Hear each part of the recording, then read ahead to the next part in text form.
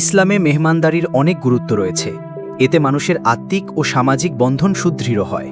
মেহমানদারির সঙ্গে ঈমানের বিশেষ সম্পর্ক রয়েছে।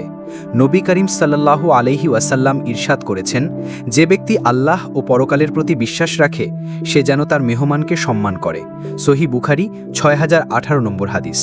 রাসূলুল্লাহ সাল্লাল্লাহু আলাইহি ওয়াসাল্লাম ছিলেন মেহমানদারির উজ্জ্বল দৃষ্টান্ত। নবী হবার আগ থেকেই তিনি অতিথি সেবায় সচেষ্ট ছিলেন। সাহাবীরাও নবীজির সেই শিক্ষা ভালোভাবে ধারণ করেছিলেন।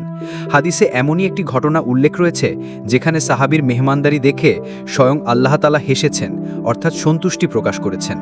আবু হুরায়রা রাদিয়াল্লাহু আনহুর বারাতে হাদিসটি বর্ণিত হয়েছে। হযরত আবু হুরায়রা রাদিয়াল্লাহু তাআলা আনহু থেকে বর্ণিত, জনৈক ক্ষুধার্ত ব্যক্তি নবী করিম সাল্লাল্লাহু আলাইহি ওয়াসাল্লামের খেদমতে এলো।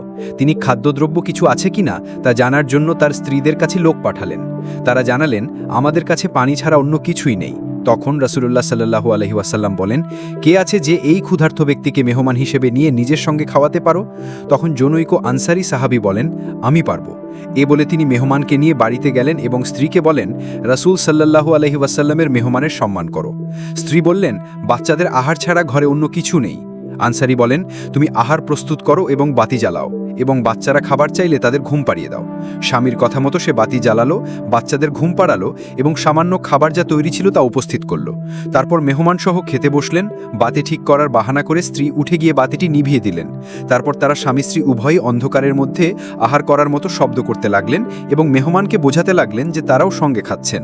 তারা উভয়ই সারা রাত অভুক্ত অবস্থায় কাটালেন। ভোরে যখন তিনি রাসূল সাল্লাল্লাহু আলাইহি ওয়াসাল্লামের কাছে গেলেন, তখন তিনি সাল্লাল্লাহু আলাইহি ওয়াসাল্লাম বলেন, আল্লাহ তোমাদের গত রাতের কার্যকলাপ দেখে হেসে দিয়েছেন অথবা বলেছেন খুশি হয়েছেন, এবং এই আয়াত নাজিল করেছেন।